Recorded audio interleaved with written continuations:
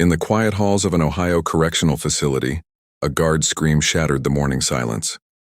Moments later, officers rushed into a cell where an inmate lay motionless on the floor, eyes open, a faint smile frozen on his lips. His body showed no signs of struggle, yet something about his death didn't add up.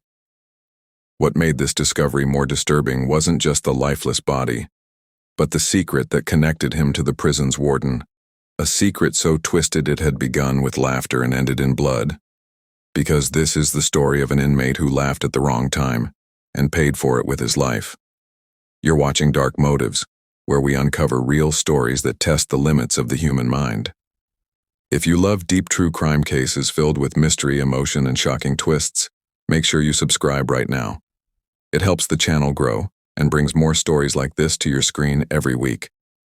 Also, comment where you're watching from. I love seeing how far our stories travel, from small towns to big cities all over the world. Now, back to this case. The man found dead that morning was 32-year-old Leon Barker, serving time for armed robbery. By most accounts, he was quiet, smart, and strangely charming, the kind of inmate who could talk his way out of almost anything. The warden, Angela Reed, was the opposite: tough, respected, and known for running her facility with an iron fist. She wasn't someone you joked with. She wasn't someone you crossed. But somehow, Leon did both. And that's where everything started to unravel. Before his death made headlines, Leon Barker had already built a reputation inside the Ohio State Correctional Facility. He wasn't like most inmates. He read books, drew portraits of other prisoners, and spent most evenings staring through the bars, watching the sunset, as if he still believed freedom was waiting for him somewhere. Leon had been in the system for 6 years. His record was clean: no fights, no drug violations, nothing. Guards described him as strangely calm, and inmates often said he had a way of making you forget you were in prison. But that calmness hid something deeper. A man who knew how to observe people, learn their weaknesses, and use them when he needed to. Angela Reed, the warden, had worked at the facility for over 15 years. She was in her early 40s, known for being sharp and demanding, but also lonely. Divorced twice, no children, and married to her work. She believed discipline was everything. Yet those closest to her noticed a shift in her attitude after Leon was transferred to her prison block. She became more distracted, more secretive, and more emotional, something her colleagues had never seen before. It started innocently. Reed would stop by Leon's cell during night rounds, asking questions about his art, his family, his time before prison. What began as short conversations soon turned into long talks that stretched past midnight. Leon's charm and confidence pulled her in slowly, making her forget the line she was never supposed to cross. By the time anyone noticed, it was already too late. The warden wasn't just visiting Leon's cell anymore.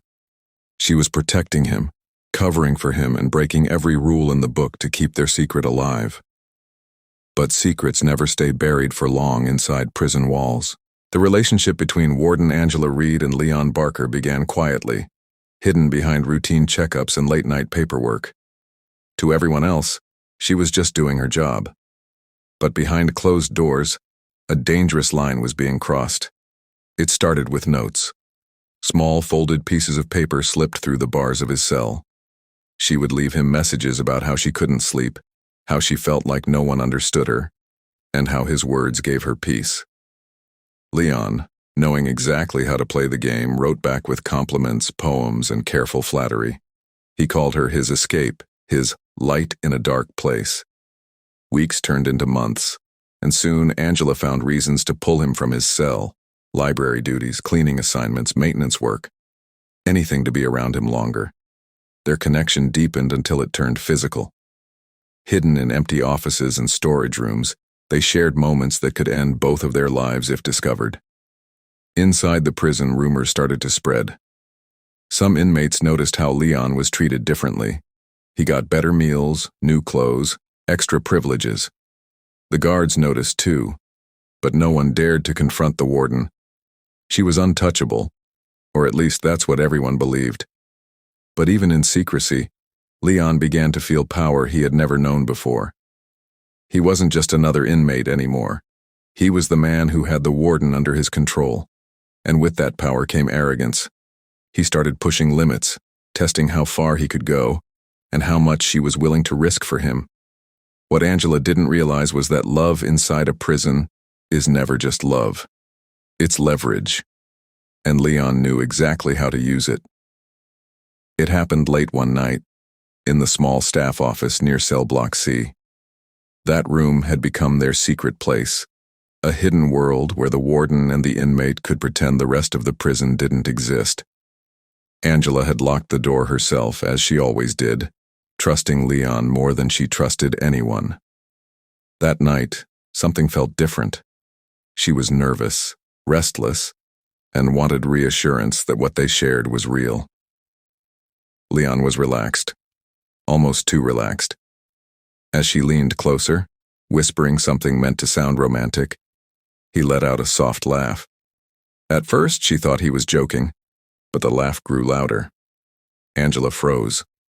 She stared at him, confused, until his expression changed into something mocking.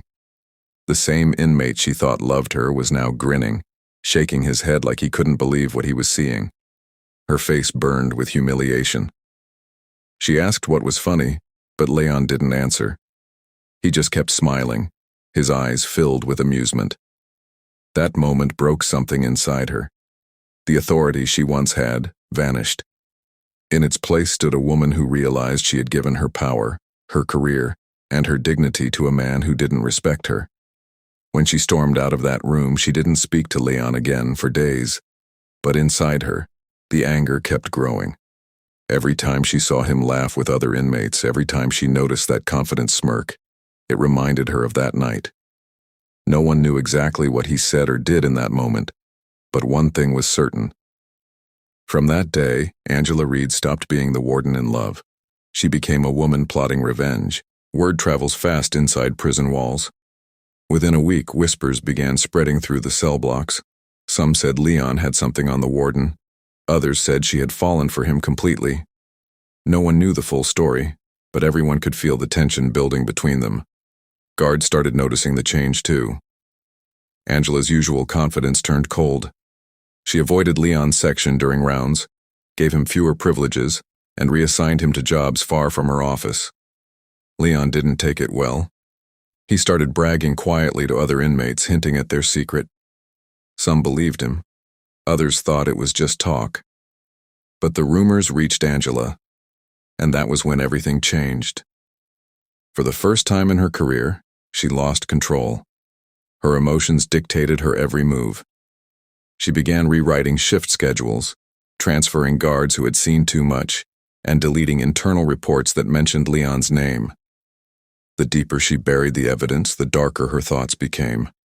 One night, a fellow guard overheard her in her office, speaking softly on the phone. No one knew who she was talking to, but the words were clear enough to remember. If he opens his mouth, it's over for both of us. From that night forward, Leon's life inside the prison became harder. Random cell searches, delayed meal trays, false write-ups. He could feel the walls closing in, but his pride wouldn't let him stay quiet. He kept smirking, kept making jokes like a man who thought he was untouchable. But deep down, he had started to sense it. The warden wasn't just angry anymore. She was preparing for something final. And by the time he realized how serious she was, it was already too late. The night before Leon's death was unusually quiet. He spent most of it sitting on his bunk, sketching something in his notebook. Other inmates said he looked calm, but his eyes kept drifting toward the door like he was expecting someone.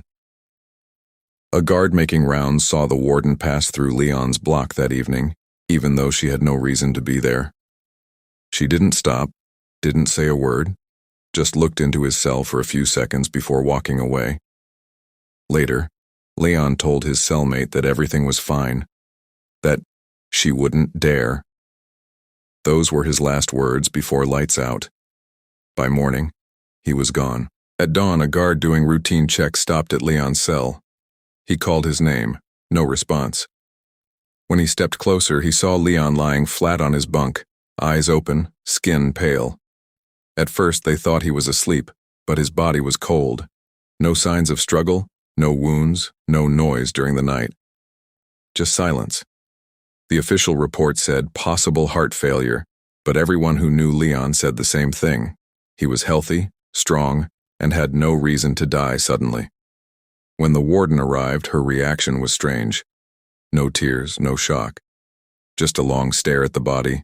Then she quietly told the guards to handle it properly. And from that moment, nothing about the case made sense anymore. The investigation started fast, but the answers came slow. The prison's security cameras near Leon's cell stopped working the night before. The footage from the hallway was missing too. The coroner's report listed no bruises, no poison, nothing visible. But there was one strange detail. A small puncture mark behind his ear, almost invisible unless you looked closely. When detectives questioned the warden, she stayed calm, insisting she had been home all night. Yet her phone records showed a short late-night call made from inside the prison. Guards whispered, inmates refused to speak, and files began to disappear. It was clear someone was cleaning up the mess, but one rookie officer refused to let it go. He noticed something others missed. The warden's office window faced directly toward Leon's cell, and that tiny detail would later expose everything. Weeks later, the rookie officer dug deeper. He found an unfiled report from a night guard who saw Angela Reed walking across the yard around midnight, holding a small black case. That same guard was transferred the next day and never returned. Inside the warden's office, investigators discovered a syringe hidden behind a drawer panel. The chemical residue matched traces found in Leon's bloodstream, a drug that could stop the heart within minutes and vanish without a trace. Angela was confronted, but she never confessed. She simply said, "He shouldn't have laughed." It was all anyone needed to hear. The woman who once ruled the prison with authority had become the very thing she swore to control, a killer born from pride and humiliation. Angela Reed was quietly removed from her position and charged with second-degree murder. For someone who once commanded an entire prison, her fall from power was silent, almost haunting. There were no cameras waiting outside the courthouse, no statements, no pleas for sympathy. She walked in as a warden and walked out in handcuffs, an image that struck every correctional officer across the state as a warning of how thin the line between authority and madness can truly be. During her trial, Angela showed no emotion, no tears, no visible regret. Nothing that resembled the woman who once believed she could control everything and everyone. When the prosecution described how she used her position to manipulate, deceive, and destroy a man who once trusted her, she sat perfectly still. The courtroom fell silent when the verdict was read. Guilty. She didn't cry. She didn't plead. She simply looked at the judge, and with a calm voice that sent chills through the room whispered, "He laughed at me." Those were her final public words before being taken away, her expression cold and unreadable, as if she had finally made peace with what she did. Leon Barker's story ended differently. His body was buried a week after the verdict in a small cemetery just outside Columbus. Only his mother and sister attended the burial. No one from the prison came. They stood by his grave in silence, holding each other, still unable to understand how a man who had written letters full of hope could end up dead in a place meant to reform him. They never got the full truth, just a short report filled with official language and a sealed file marked confidential. The state wanted to bury the story along with him, but people kept talking. Guards who left the facility spoke of strange orders, missing paperwork, and quiet threats from above. Some claimed Angela didn't act alone, that there were others involved who helped cover her tracks. Others believed it was personal, an emotional breakdown that spiraled into violence. Whatever the truth is, one fact remains. The case of Warden Angela Reed and inmate Leon Barker became one of the most disturbing scandals in Ohio's prison history. It revealed how power, pride, and obsession can twist even the most disciplined minds, turning authority into weaponry and love into something unrecognizable. What do you think really happened that night? Do you believe Angela planned it all, waiting for the perfect moment to strike? Or do you think it was an impulsive act born from pure humiliation? I want to hear your thoughts in the comments. Tell me what you think, and also let me know where you're watching from. It's always incredible to see how far these stories reach.